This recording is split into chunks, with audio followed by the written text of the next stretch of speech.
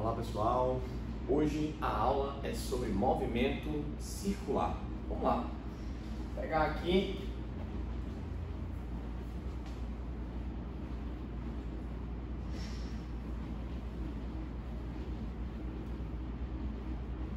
movimento circular.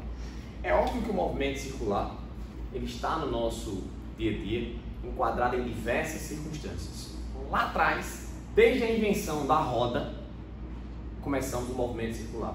Foi o movimento circular que deu ao homem o poder de andar para um lugar, de um lugar para o outro, numa velocidade maior. Hoje, se você parar para analisar, tudo que você imaginar tem uma roda envolvida. Seja um carro, seja um trem, seja um metrô, seja um avião, seja um navio, tudo tem algo que se coloca para girar. Todas as máquinas de origem termodinâmica ou de origem eletromagnética sempre tem uma roda envolvida no processo. Tudo isso é associado normalmente à transmissão de movimento. Ou seja, é notório a importância para o ser humano do movimento circular. O que ele vai fazer? Vamos fazer uma análise técnica, né? Vamos fazer um estudo técnico da coisa e vamos claramente fazer várias aplicações tecnológicas do que esteja aí, digamos que no nosso ao redor, né? No nosso cotidiano. Imaginem comigo aqui uma trajetória circular de um corpo, vejam só. Imagine uma partícula aí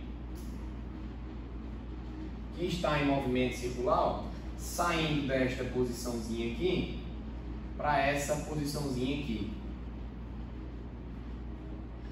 A nossa preocupação lá no movimento linear era sempre com essa distância percorrida. Era com o que nós chamamos aqui de delta S. Então a nossa preocupação era com a distância percorrida. A velocidade linear aqui nessa trajetória vai ser sempre tangente à trajetória. Então aqui, ó, esse é o vetor velocidade, que inclusive é chamado de velocidade linear e é calculado como sendo ΔS pelo ΔT, em unidades do sistema internacional, em metros por segundo. E isso aqui é a velocidade linear, que também pode ser chamada de velocidade tangencial. Então essa velocidade linear aqui também pode ser chamado de velocidade tangencial. Nesse momento, em movimento circular, a gente vai prestar atenção em outras coisas, que não sejam apenas, simplesmente, a velocidade linear, que não seja simplesmente a distância percorrida. Imagine que o centro da sua trajetória circular está aqui, imagine que a partícula saiu dessa posição para essa posição aqui.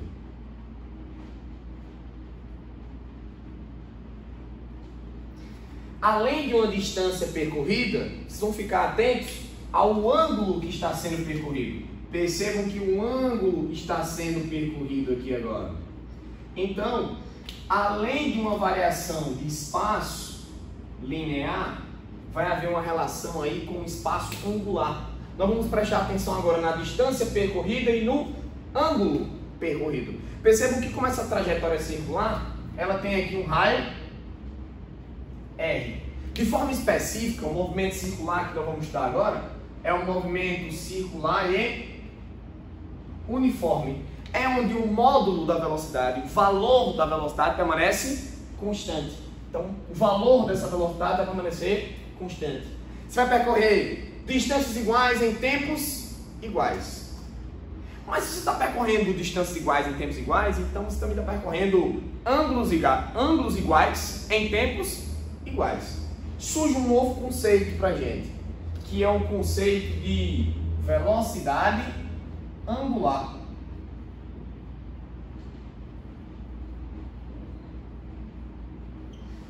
A velocidade angular, ela mede o quanto o ângulo varia em função do tempo.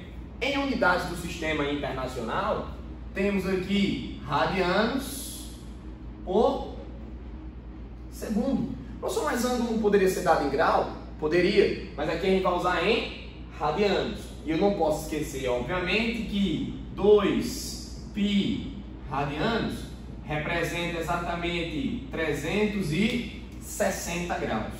Percebam que agora, além da distância percorrida, ficaremos atentos ao ângulo percorrido. A velocidade angular mede o quão rápido o ângulo está sendo percorrido. A velocidade linear marca o quão rápido a distância está sendo percorrida. E o que eu quero que vocês percebam aí? Velocidade linear e velocidade angular são grandezas diferentes. Mas, professor, como é que eu vou ver isso em uma determinada situação? Massa! Vem aqui comigo. Prestem atenção nesse pequeno detalhe. Primeiro, essa velocidade e essa tem alguma relação? Tem sim. Lá em matemática, vocês vão ver isso lá em setor circular. Lá em setor circular, há uma relação entre o ângulo, essa distância e esse raio. Professor, eu não lembro dessa relação. Pois é, a razão entre essa distância e esse ângulo me dá exatamente o raio. Então, eu posso afirmar tranquilamente que o ΔS é o Δθ vezes o raio. A distância percorrida é o ângulo percorrido vezes o raio. Se eu dividir ambos os termos pelo tempo, eu não altero a igualdade. Só que o ângulo percorrido em um certo tempo é a velocidade angular. A distância percorrida em um certo tempo é a velocidade linear. Se liga comigo, ΔS pelo ΔT seria a velocidade linear. A variação do ângulo pelo tempo seria a velocidade angular, vezes o raio. Então aqui, meus amigos, teríamos a equação que relaciona a velocidade linear com a velocidade angular. É uma das equações mais importantes que teremos aqui dentro de movimento circular. Queria que vocês ficassem atentos, porque vocês vão precisar para resolver umas questõezinhas mais tarde. Fiquem atentos aqui. Professor, na prática, como é que eu vou diferenciar uma velocidade da outra? Isso vai ser útil em quê? Vamos lá, devagarinho, a gente vai conseguindo enxergar isso, certo? Vejam só isso em um exemplo aqui. Vou colocar aqui como um exemplo para a gente. Olha só, todos vocês devem imaginar aí agora uma trajetória circular. Vocês imaginem a trajetória circular. Está aqui a trajetória circular. E imagine que eu decidi correr com um amigo meu, né? Só vou correr conversando. Tem um amigo meu que ele só conversa com fone de ouvido. E aí, tira o fone de ouvido aí, porque a gente tem que ir conversar durante essa corridinha aí. Só que, quando a gente está aqui numa corridinha, eu posso escolher uma raia mais interna e ele pode escolher uma raia mais externa. Então vamos lá, ó. Vamos percorrer aqui uma mesma distância, vamos lá todo mundo aqui, vamos dar 10 voltas, eu e você juntos. Aí fica eu e ele correndo, só que eu escolhi essa raia aqui, ó, vou chamar aqui de R. E aqui o meu amigo L vai correr na raia externa. Então vai ficar eu na raia interna e ele na raia externa, os dois correndo juntos. Imaginem que a gente dê as 10 voltas e a gente chegue junto nessa mesma posição. Ó, o tempo inteiro a gente ficou lado a lado. O tempo inteiro a gente ficou lado a lado. O tempo que eu levei foi igual ao tempo que ele levou. Vou dizer aqui que o ΔL, o ΔT, desculpa, de R é igual ao ΔT de L.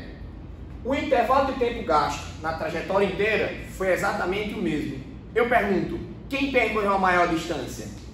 Ora, se eu ficar dando voltas e voltas aqui, se eu der 10 voltas aqui, eu percorro uma distância. Se L dá 10 voltas aqui fora, ele percorre uma distância maior. Então, no mesmo intervalo de tempo, a distância percorrida por R foi bem menor do que a distância percorrida por L. Mas o intervalo de tempo foi o mesmo. No mesmo tempo, quem percorre a maior distância é mais rápido. Ou seja, a velocidade linear de R é inferior à velocidade linear de L.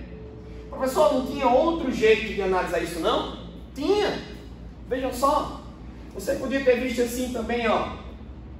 Velocidade linear é angular vezes o raio. Quem é que tem o maior raio? L tem um raio maior do que R. Vejam o raio de L e vejam o raio de R. O raio de L é maior do que o raio de R. Quem tem o maior raio tem a maior velocidade linear. Mas eu não queria que vocês analisassem apenas assim. Eu queria que vocês analisassem assim, ó. O tempo foi o mesmo. Quem correu por fora percorreu a maior distância. Quem percorreu a maior distância no mesmo tempo, com certeza foi mais rápido. Daí a velocidade de L ser maior que a velocidade de R. Ou, simplesmente, você diz, quem tem o maior raio tem a maior velocidade. Seria uma outra possibilidade. Em ambos os casos, está correto. Estamos falando da velocidade linear. Mas se R e L deram 10 voltas, eles percorreram o mesmo ângulo. E se eles percorreram o mesmo ângulo, no mesmo tempo, a velocidade angular foi exatamente a mesma. Percebam que a variação do ângulo de L foi igual à variação do ângulo de R. Então a velocidade angular de L e de R são iguais. Tudo bem? Tranquilo para todo mundo? Massa. Agora olhem aqui um exemplo B. Provavelmente todos vocês já devem ter visto uma corrida que a gente chama lá de corrida dos 400 metros rasos. Por que na hora da saída dos 400 metros rasos os corredores partem assim, em posições diferentes, ó? Por que os corredores partem assim? Eles partem assim exatamente porque quem está na raia externa teria uma desvantagem, né? Percorreria uma distância maior. Para não percorrer uma distância maior, a largada é feita assim, ó. Quem está na raia mais externa sai na frente. Quem está na raia mais interna sai mais atrás. Isso acontece porque quem está na raia externa percorreria uma maior distância. É por isso que na prova dos 400 metros rasos, vou botar aqui para vocês deixarem anotado aí, a partida é em posições diferentes. Deixa eu botar aqui uma outra situação para vocês lembrarem. Imaginem uma corrida, e nessa corrida, vocês imaginem aí, que dois veículos entraram juntos em uma curva. Então imagine aí que dois veículos entraram juntos em uma curva. É o veículo 1 e o veículo 2. O veículo 1 fez a trajetória inteira na raia externa. O veículo 2 fez a trajetória interna. E ambos estão em movimento circular e uniforme. Entraram com a velocidade e saíram com a mesma velocidade. Imaginem que durante toda a trajetória os carros ficaram lado a lado. A corrida estava o famoso pau a pau, um do lado do outro. A pergunta é: se os dois saíram juntos e chegaram juntos, quem foi mais rápido? Parece até uma pergunta idiota. Se os dois saíram juntos e chegaram juntos, professor, eles foram igualmente rápidos? Foram não, bebê? Preste atenção. Quem está andando aqui por fora percorre uma distância maior. Quem está andando aqui por dentro percorre uma distância menor. Se fosse possível analisar o velocímetro de ambos os carros, com um grau de precisão muito grande, o carro que está na raia externa estaria mais rápido do que o carro da raia interna. Mesmo eles ficando lado a lado o tempo inteiro, o de fora é mais rápido porque ele percorre a maior distância no mesmo tempo. Quer ver se eu perguntar assim a vocês, ó, se eles se mantivessem aqui na reta e tivesse aqui a linha de chegada, a minha pergunta é, se eles mantiverem a velocidade, quem ganha a corrida? Com certeza, quem tiver a maior velocidade ganha a corrida. E a velocidade linear de 2 é maior que a velocidade linear de 1. Quando chegasse aqui na reta, como a velocidade de 2 é maior, com certeza quem venceria a corrida seria o carro 2. Com certeza o carrinho 1... Desculpa, quem está fora é o carrinho 1. Então, o carrinho 1 venceria a corrida.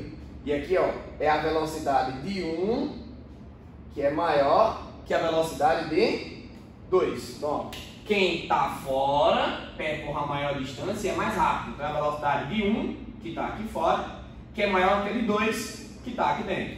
Então, como 1 percorreu uma distância maior do que 2 que está aqui dentro, 1, quando chegar na reta, vai desenvolver uma velocidade maior do que 2. Sendo assim, na reta, 1 vai vencer 2. É por isso que na hora das ultrapassagens, os pilotos de Fórmula 1 preferem ficar na raia interna na curva. Por que eles querem fazer a curva por dentro? Porque por dentro ele percorre uma distância menor. Então ele mais devagar conseguiria até ultrapassar um piloto que estivesse por fora, por exemplo. Porque quem está fora tem que desenvolver uma velocidade maior, porque percorre uma maior distância. Tudo bem? Legalzinho demais. Agora, eu queria lembrar aqui a vocês outros conceitos importantes dentro de movimento circular. Tem muita coisa para a gente ver aqui e tem alguns conceitos específicos que vocês não podem esquecer. Um deles é o conceito de período. O que é algo periódico? Algo periódico é aquilo que acontece sempre no mesmo intervalo de tempo. Por exemplo, uma onda que oscila sempre no mesmo intervalo de tempo, um evento que acontece sempre no mesmo intervalo de tempo, o Natal acontece todo ano, sempre no mesmo intervalo de tempo, a não ser se o ano seja bissexto, que aí a gente tem um ano com um dia a mais, mas se não, o número de dias é sempre o mesmo. Acompanhe comigo. O período é um tempo que ganhou nome. É um tempo associado a um evento. Como estamos falando do movimento circular, é um tempo associado a uma volta. Tudo bem? A frequência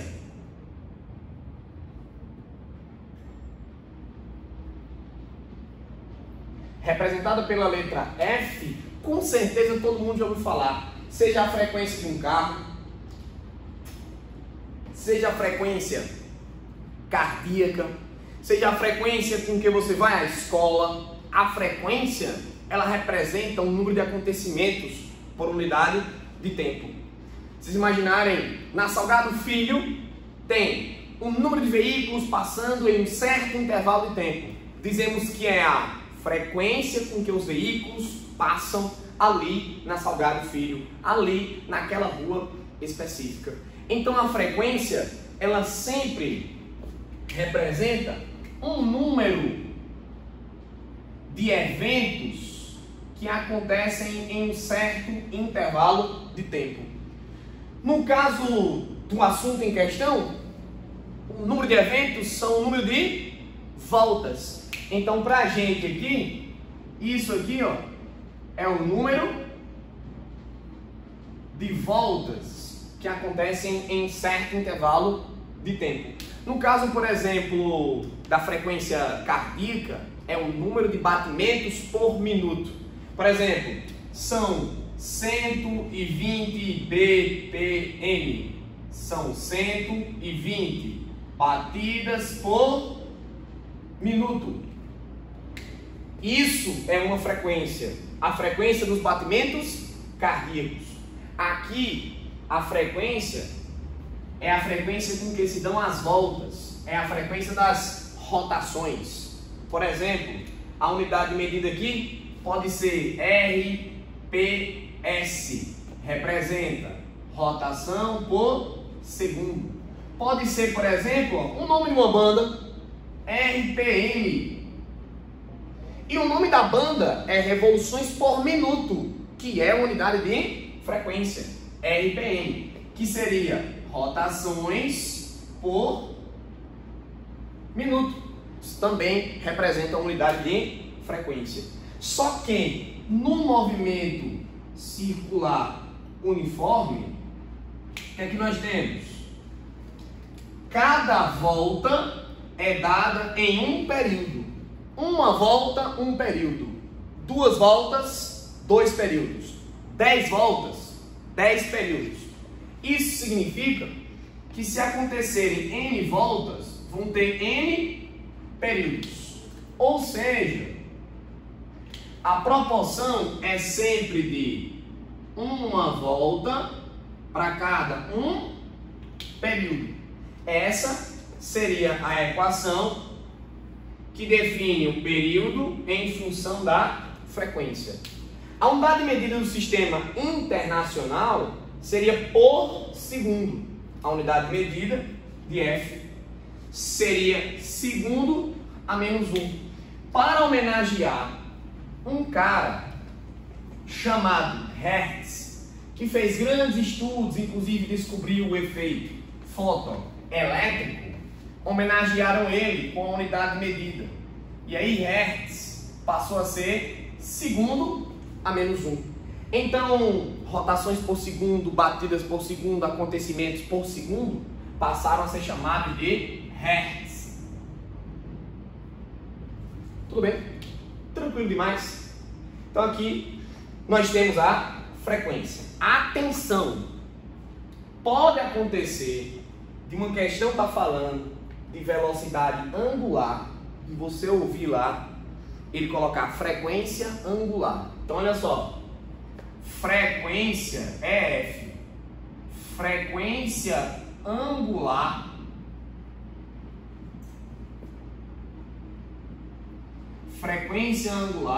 é o mesmo que velocidade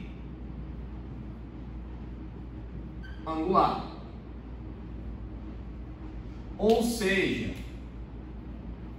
não é a mesma coisa. Frequência, só frequência, é o número de acontecimentos em um certo tempo. A frequência angular é necessariamente o ângulo que está sendo percorrido por unidade de tempo. Tudo bem? Queria que vocês notassem comigo aí algumas relações importantes, não pensando na coisa do decorar as informações de forma geral. São coisas que eu costumo dizer que são da vida. Na vida você tem que saber. Eu vou botar até assim, ó.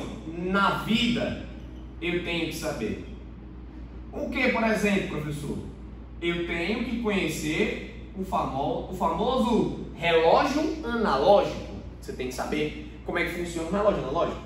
Como é que funciona um relógio analógico? Coisa simples.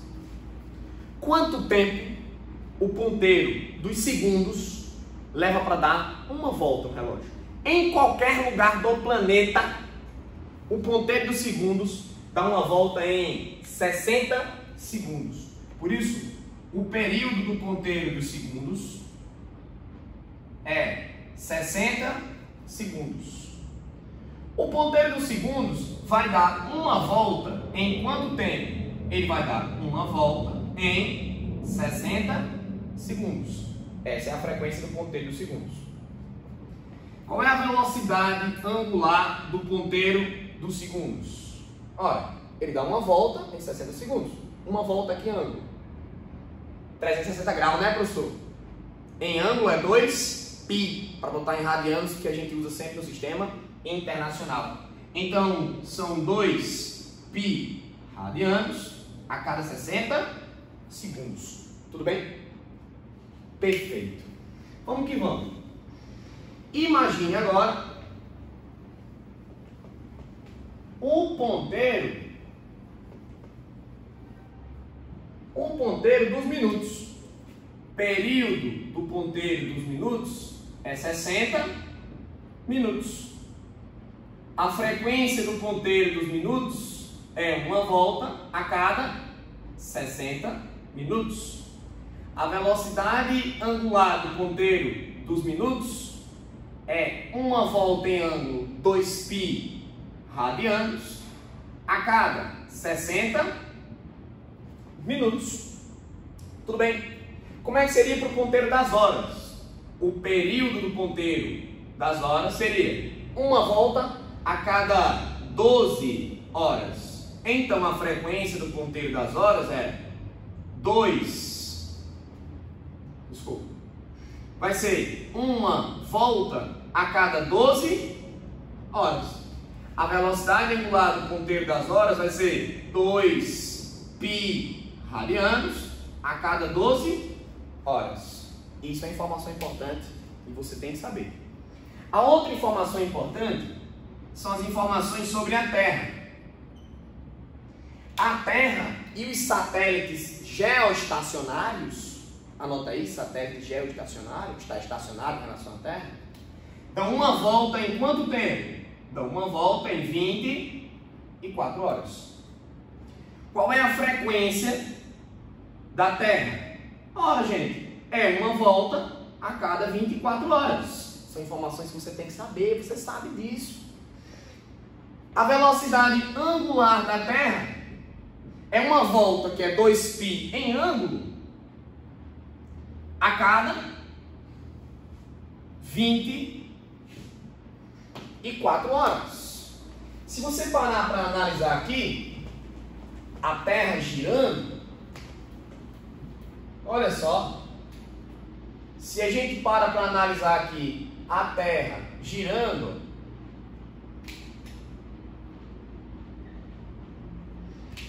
quando a Terra está girando, os pontos da linha do Equador, os pontos dos trópicos, os pontos dos polos, olha só, estão a distâncias diferentes do eixo de rotação. Atenção! Atenção! Isso aqui é um ponto dos polos. Isso aqui é um ponto dos trópicos. Isso aqui é um ponto do Equador. O raio de giro de um ponto do Equador, de um ponto dos polos e de um ponto dos trópicos é diferente. Perceba, o raio de giro do Equador, o Equador gira em torno desse ponto. O raio de giro dos trópicos gira em torno desse ponto. O raio de giro dos polos gira em torno desse ponto. Percebam que o Equador, os trópicos e os polos giram em torno de um ponto de forma diferente, com raios diferentes. Mas todos têm algo em comum, eles dão uma volta em 24 horas. Eles têm a mesma velocidade angular. A velocidade angular de quem está nos polos é igual de quem está nos trópicos, que é igual de quem está no Equador. Todo mundo gira junto, tá? Mas quem percorre a maior distância em uma volta? Veja, Equador, veja, os polos, veja, os polos. Quem está aqui nos polos, em uma volta, percorre uma distância menor do que quem está no Equador. Resultado, em uma volta, quem percorre uma distância no Equador, percorre uma distância maior. Isso significa que quem dá uma volta no Equador tem que ter uma maior velocidade linear. Não entendi, professor. Quem percorre a maior distância no mesmo tempo, porque o tempo é o mesmo para os 3 pontos, vai ter a maior velocidade linear. Basta você perceber que a velocidade linear é a velocidade angular vezes o raio.